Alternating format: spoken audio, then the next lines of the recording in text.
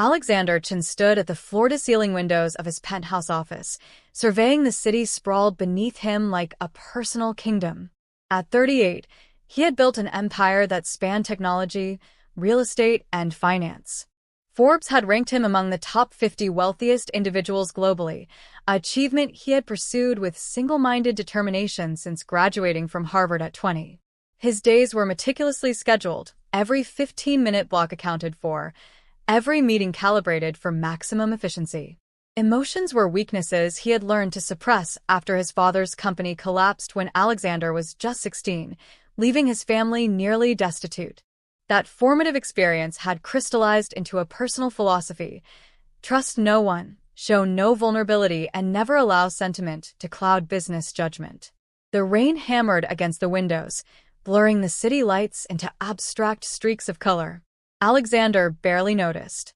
He was reviewing quarterly projections on his tablet, red-marking every department that had fallen short of targets. His executive assistant had learned years ago not to disturb him during these sessions unless the building was literally on fire. The numbers told stories that words never could, stories of efficiency, productivity, and the relentless pursuit of growth. Human resources wanted to discuss employee satisfaction scores, but Alexander had dismissed the meeting. Satisfied employees were fine, but profitable quarters were essential. His competitors wouldn't hesitate because their workforce felt appreciated, so neither would he.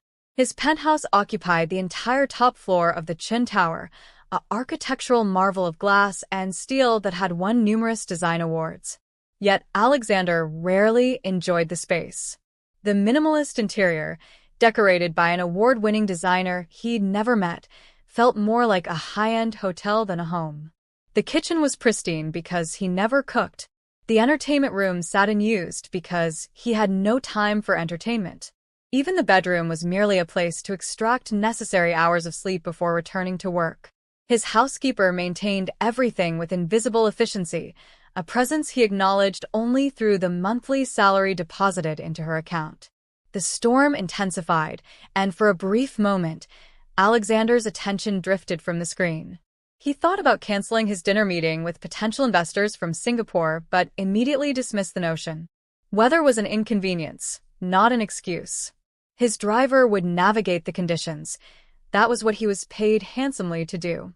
Alexander prided himself on never missing commitments, never showing weakness, never allowing external circumstances to dictate his schedule. This rigidity had served him well, transforming him from a teenager watching bailiffs inventory his childhood home into a man who owned multiple homes he never visited.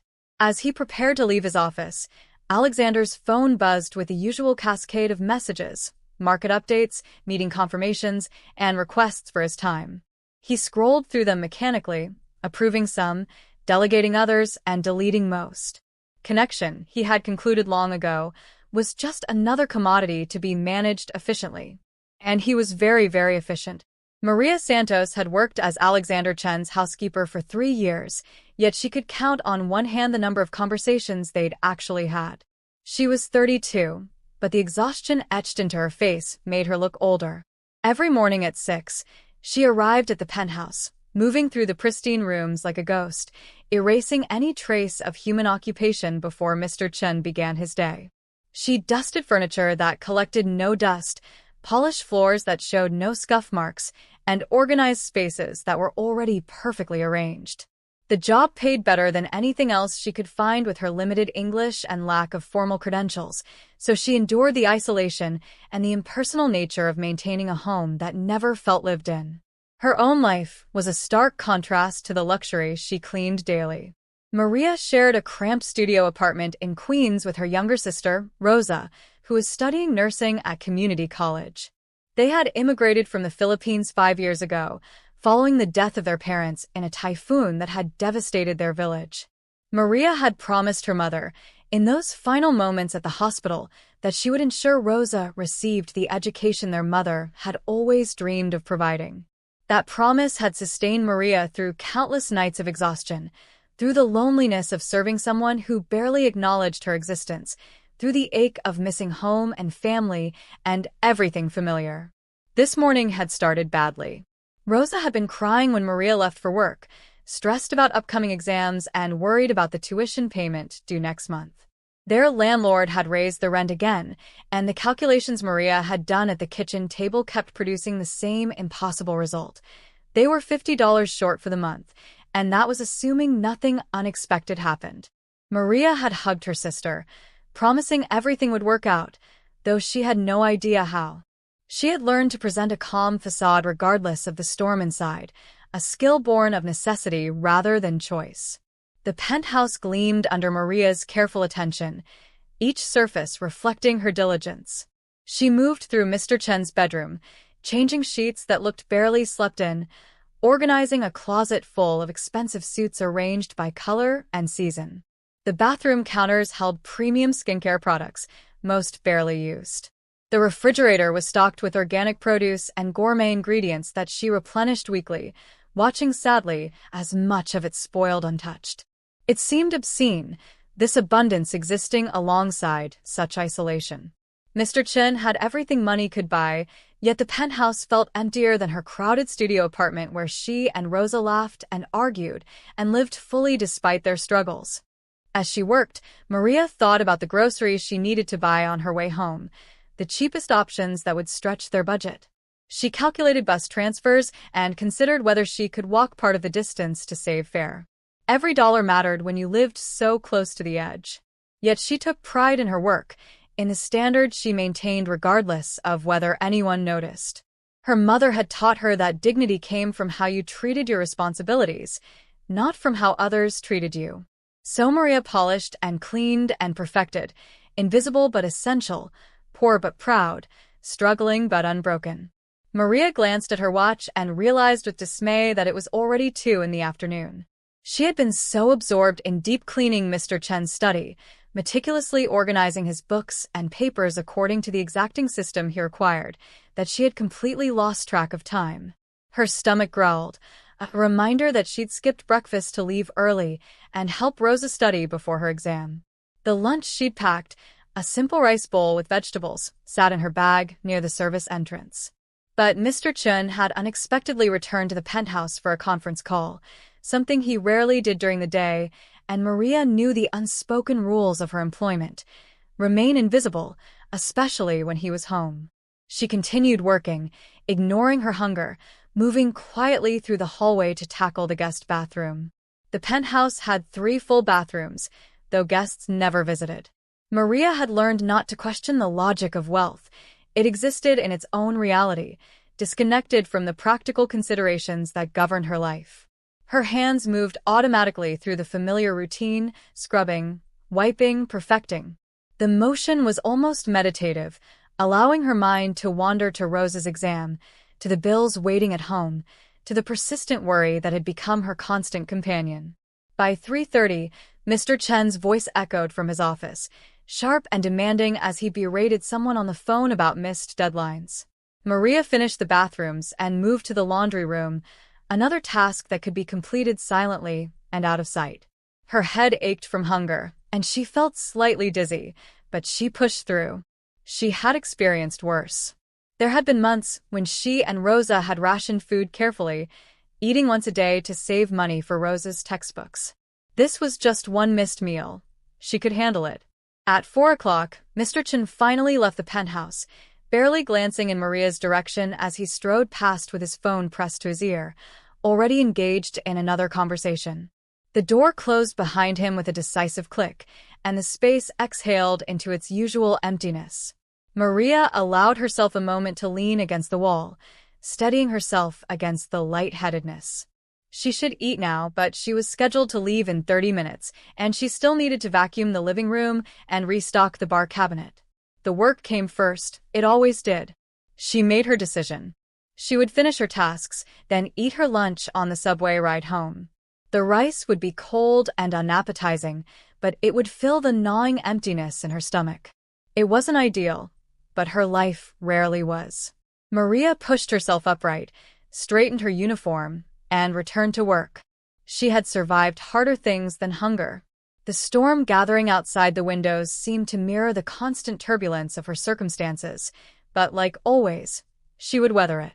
She had promised her mother, And Maria Santos did not break her promises, no matter how hungry she became, no matter how tired, no matter how invisible she felt in this palace of glass and steel that would never be home. The storm had intensified dramatically by the time Maria finished her shift.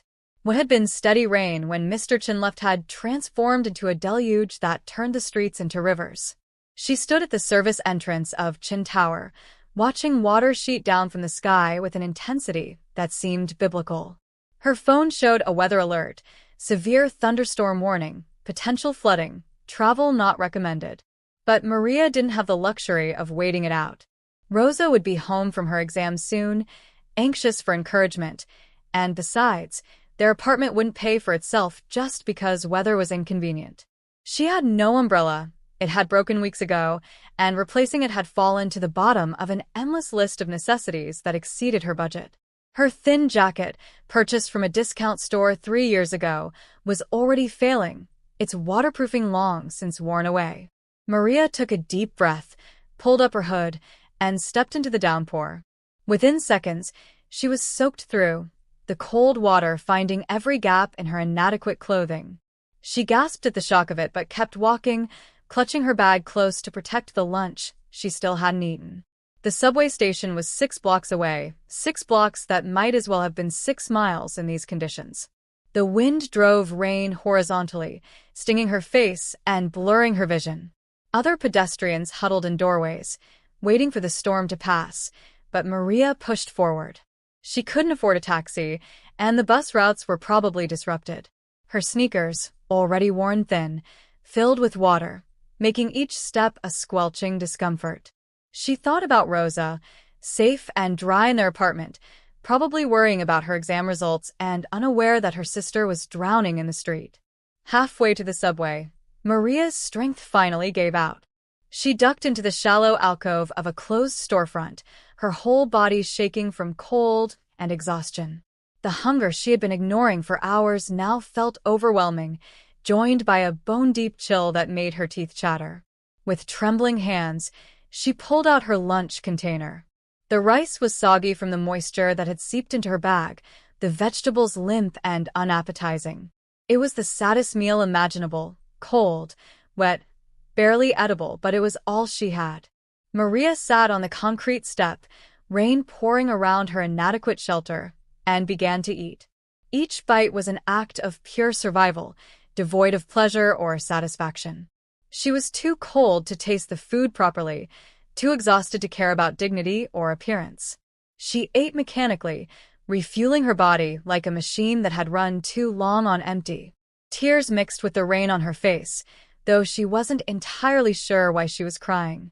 Perhaps it was the accumulated weight of years spent struggling, of always being on the edge of disaster, of working so hard for so little. Or perhaps it was simply the profound loneliness of eating terrible food in a terrible storm, invisible to a city that had never really seen her at all.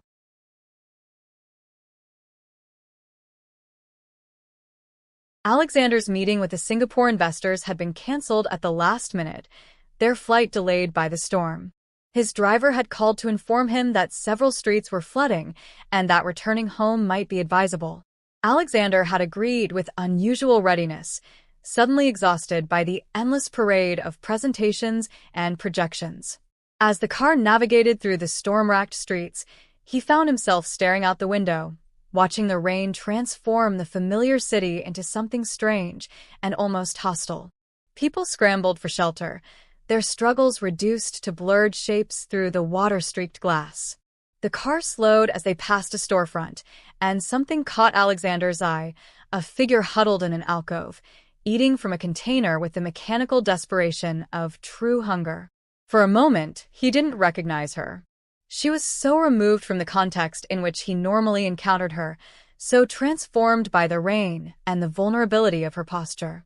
Then recognition struck like a physical blow.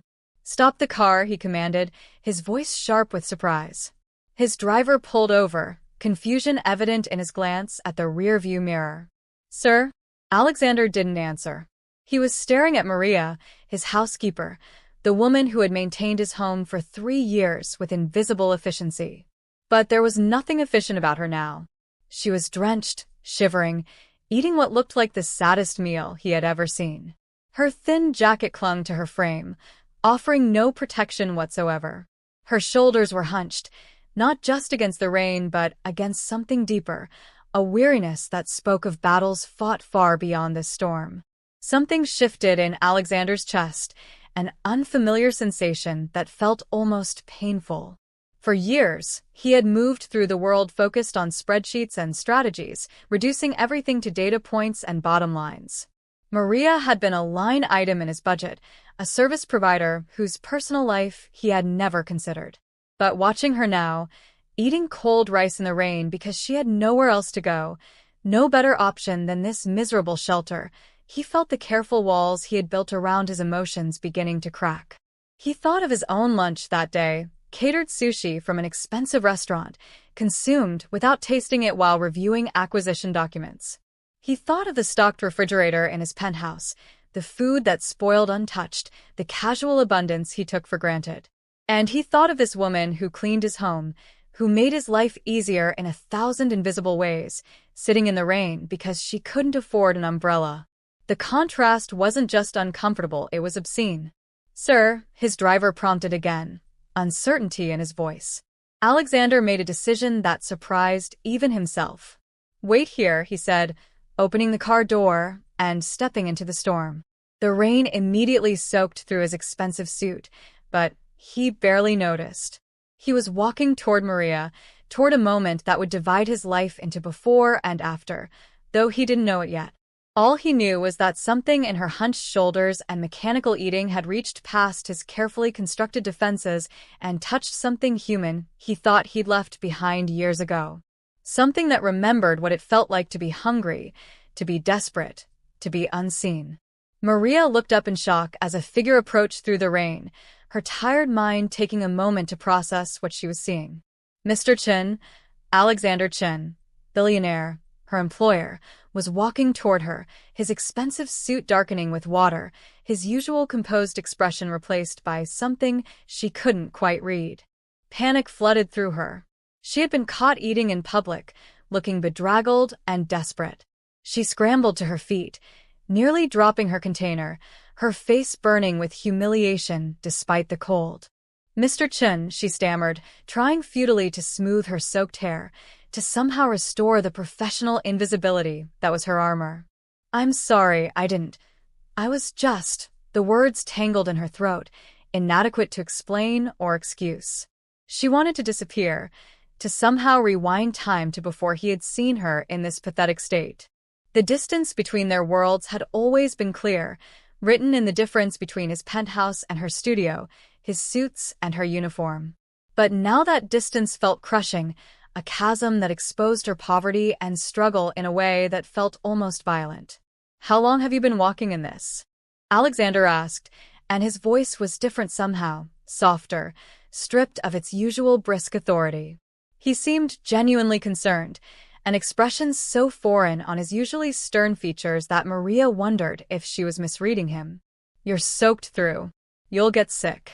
The observation was obvious, but the fact that he was making it at all was extraordinary. In 3 years, he had never commented on her well-being, never acknowledged her as anything more than a function in his household. "I'm fine," Maria said automatically, the lie reflexive.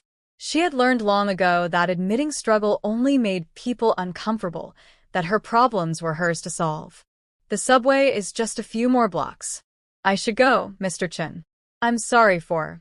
She gestured vaguely at herself, at the scene he had witnessed, unable to find words for her embarrassment. She tried to move past him, to escape back into the anonymity of the rain, but he stepped into her path. "My car is right there," Alexander said, pointing to the sleek vehicle idling at the curb. "Let me drive you home." The offer was so unexpected, so completely outside the parameters of their relationship, that Maria could only stare at him. Accept a ride from Mr. Chin? Sit in his expensive car, with her soaked clothes and cheap shoes? Allow him to see exactly where and how she lived? The idea was mortifying. But even as her mind formed refusals, her body betrayed her. She shivered violently, her teeth chattering, her strength nearly depleted. Please, Alexander added, and the single word carried a weight she had never heard from him before. It wasn't a command or an order. It was a request, almost vulnerable in its simplicity. For a moment, Maria saw something in his eyes that looked almost like recognition, as if he had seen not just her body sitting in the rain, but her, the person, the struggles, the humanity he had overlooked for 3 years. It was this glimpse of acknowledgement, more than the cold or the exhaustion, that finally broke through her resistance. She nodded, unable to speak, and let him guide her toward the car, toward a kindness she had stopped expecting from the world. The leather seats of Alexander's car were heated, a luxury Maria had never experienced. Warmth seeped into her frozen body, and she couldn't suppress a small sound of relief. Immediately, she felt embarrassed, hyper-aware of how her wet clothes were probably ruining the pristine interior. She tried to make herself as small as possible, pressing against the door, avoiding touching anything unnecessarily. The driver glanced at her in the rearview mirror but said nothing, taking his cue from Alexander's unusual behavior. "Where do you live?" Alexander asked, his phone in hand, ready to enter the address. Maria hesitated, shame coloring her voice as she gave the address in Queens. She watched his expression carefully, looking for judgment or surprise, but he simply entered it into the navigation system and nodded to his driver. The car pulled smoothly into traffic, its powerful engine a stark contrast to the struggling buses Maria usually relied on. Through the windows, she could see other people struggling through the storm, and she felt a complicated mix of gratitude and guilt at her temporary escape from their shared hardship. The silence in the car felt heavy with unspoken questions. Alexander kept glancing at her, as if seeing her properly for the first time, and Maria wished she could disappear entirely. She must look terrible, hair plastered to her head, mascara probably running, clothes clinging unflatteringly to her thin frame. She had never felt more aware of the vast economic distance between them. He lived in luxury so complete it was almost invisible to him. She lived in perpetual calculation, always one disaster away from catastrophe. "How long have you worked for me?" Alexander finally asked, breaking the silence. The question surprised Maria. Surely he knew? But perhaps that was the point. Perhaps he was admitting that he had never really paid attention. 3 years, she answered quietly, her accent thickening with nervousness. 3 years in November. She thought of all those mornings arriving before dawn, all those evenings leaving after he had gone, all that invisible labor maintaining his perfect, empty home. 3 years, Alexander repeated, something like disbelief in his voice. "And I never—" He stopped, seemingly unable to finish the sentence. Maria saw him properly then, saw past the expensive suit and the powerful position. He looked troubled, almost pained, as if confronting something uncomfortable about himself. The silence stretched between them again, but it felt different now, less awkward, more contemplative. Maria watched the familiar streets of her neighborhood approach, the contrast with Manhattan growing more pronounced with each block. The buildings became shorter, more worn, the streets narrower and more crowded. When they finally pulled up to her building, a tired structure that had seen better decades, Maria felt her shame intensify. The difference between this and Chun Tower was almost comical. "Thank you, Mr. Chun," she said formally, reaching for the door handle. But he stopped her with a question that caught her completely off guard. "Why were you eating in the rain?" His voice was gentle, genuinely curious rather than accusatory. Maria's eyes filled with unexpected tears. Because answering honestly would mean admitting her poverty, her hunger, her complete lack of alternatives. It would mean making herself visible in a way she had spent years avoiding. But something in his expression, earnest, concerned, newly awake, made her choose truth over protection. "I was eating in the rain because I had nowhere else to go," Maria said, the words emerging in a rush now that she had started. "You came home unexpectedly for your call, and I couldn't eat in the penthouse while you were there. It wouldn't be proper. And I had already missed breakfast and lunch, and I was so hungry." She stopped, appalled at how much she had revealed, but Alexander's expression encouraged her to continue. He looked stricken, as if each word was causing him physical pain. "I can't afford to eat out, not even at the cheap places," Maria continued, her voice barely above a whisper. "Every dollar goes to rent, to my sister's tuition, to keeping us alive. I pack lunch every day, usually just rice and whatever vegetables are cheapest. Today, I forgot to eat it until I was leaving, and then the storm hit, and I couldn't make it to the subway without eating something because I was so dizzy from hunger." The confession poured out of her, 3 years of silent struggle finding voice. "I work for you, in your beautiful home with more food than you could ever eat, and I'm hungry. I clean your bathrooms that no one uses while my sister and I share a studio apartment with a bathroom down the hall. Do you know how much that costs? How impossible everything is." Alexander sat frozen, his face pale. Maria saw her words landing like blows, each one striking something he had never considered, forcing him to confront realities he had successfully ignored. She should stop. She was risking her job, crossing boundaries that should never be crossed, but the dam had broken, and years of careful silence was flooding out. "I'm not ungrateful," she said quickly, afraid she had gone too far. "You pay me more than anyone else would. The work is good, and you're not cruel. But you're not there. You don't see. I've worked for you for 3 years, and until today, I don't think you ever really looked at me." "You're right," Alexander said, his voice rough with emotion. "I didn't see you. I saw a function, a service, a line item in my budget. I never thought about where you lived, how you got to work, whether you had enough to eat. I never thought about you at all." The admission hung in the air between them, honest and painful. Maria saw something extraordinary happening. This powerful man, this billionaire who commanded boardrooms and built empires, was allowing himself to feel the weight of his own indifference. It was cracking something in him, some protective shell he had built around his heart. "Why?" Maria asked, emboldened by his honesty. "Why didn't you see? Are we really so different, so far apart, that my humanity is invisible to you?" It was perhaps the most important question she had ever asked anyone. Alexander was silent for a long moment, his gaze distant as if looking back through years of choices and consequences. When he spoke, his voice carried the weight of recognition. "Because seeing you would have meant feeling something," he said finally. "And I built my entire life on not feeling, on reducing everything to numbers and strategies because feeling was what destroyed my family when I was young. My father felt too much, loyalty to employees he couldn't afford, compassion that bankrupted him, love that left us with nothing. I promised myself I would never be vulnerable like that, never let emotion cloud judgment.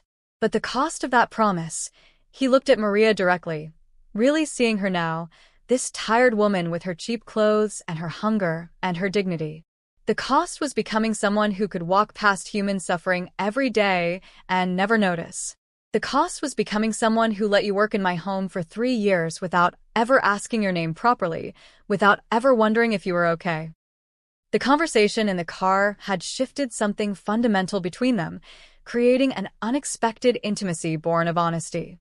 Maria found herself inviting Mr. Chen inside, a spontaneous gesture she immediately regretted but couldn't take back. He accepted without hesitation, apparently unconcerned about the contrast between her humble studio and his penthouse palace. As they climbed the narrow stairs to the 3rd floor, no elevator in this building, Maria was painfully aware of every peeling paint patch, every worn floorboard, every sign of the building's decline. Rosa was home, her textbooks spread across the small kitchen table, and she looked up in shock when Maria entered with a strange man in an expensive suit. "Rosa, this is Mr. Chun, my employer," Maria explained in English, then switched to Tagalog to quickly add, "He drove me home from the storm. Make yourself presentable." Rosa immediately closed her textbooks and stood, her nursing school training evident in her polite greeting, but her eyes were full of questions that would come later. Alexander looked around the cramped space, with an expression Maria couldn't quite read. One room serving as bedroom, living room, and dining room. A tiny kitchenette with a hot plate instead of a stove. A single window, looking out onto an air shaft. 2 mattresses on the floor, neatly made with threadbare blankets. Everything was spotlessly clean.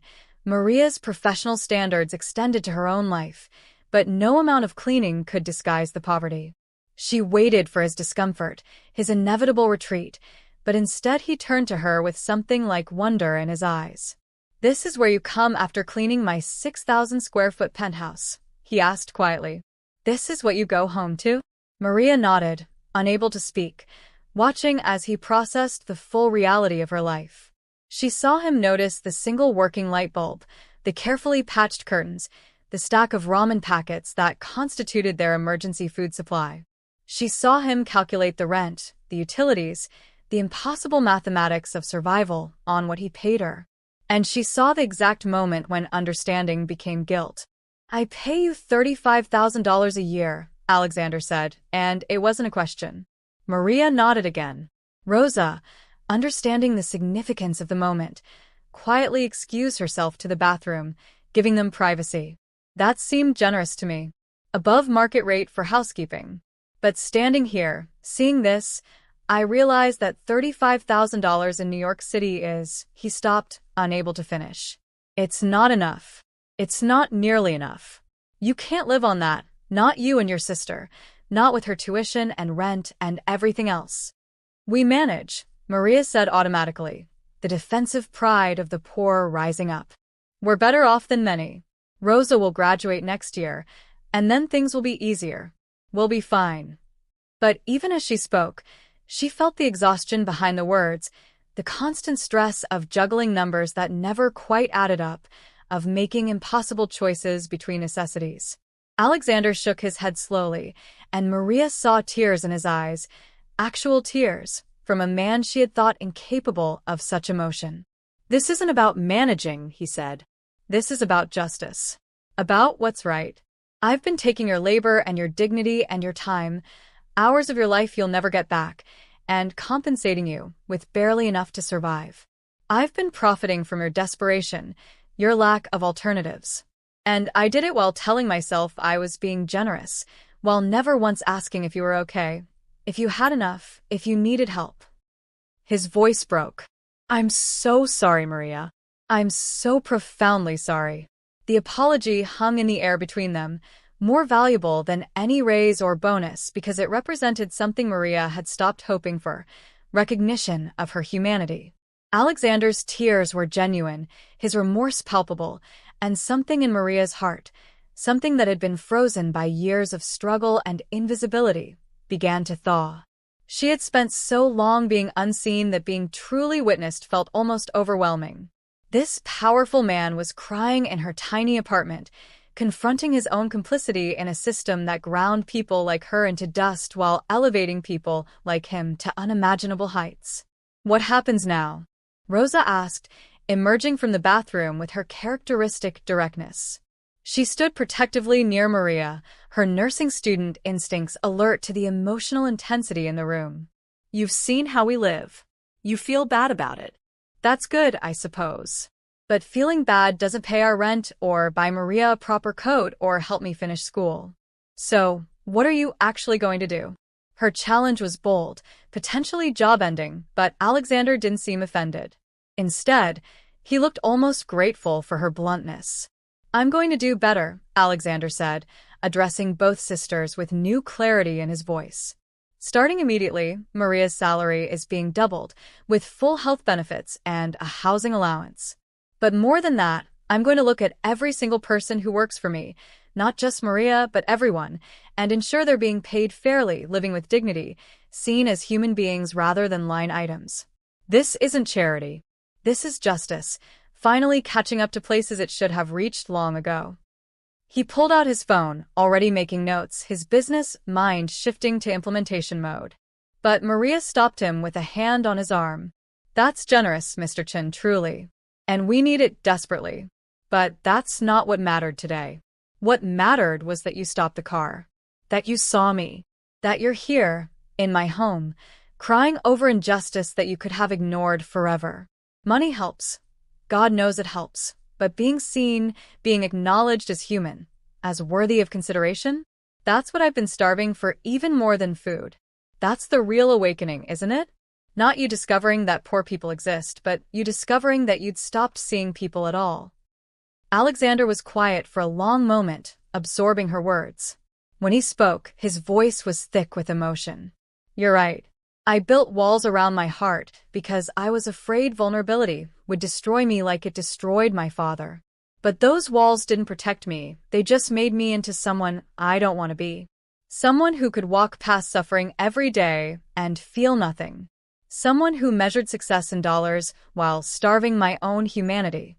He looked around the tiny apartment again, but this time with different eyes, not seeing poverty, but seeing survival, seeing dignity, seeing two sisters who had crossed an ocean and built a life from nothing through sheer determination.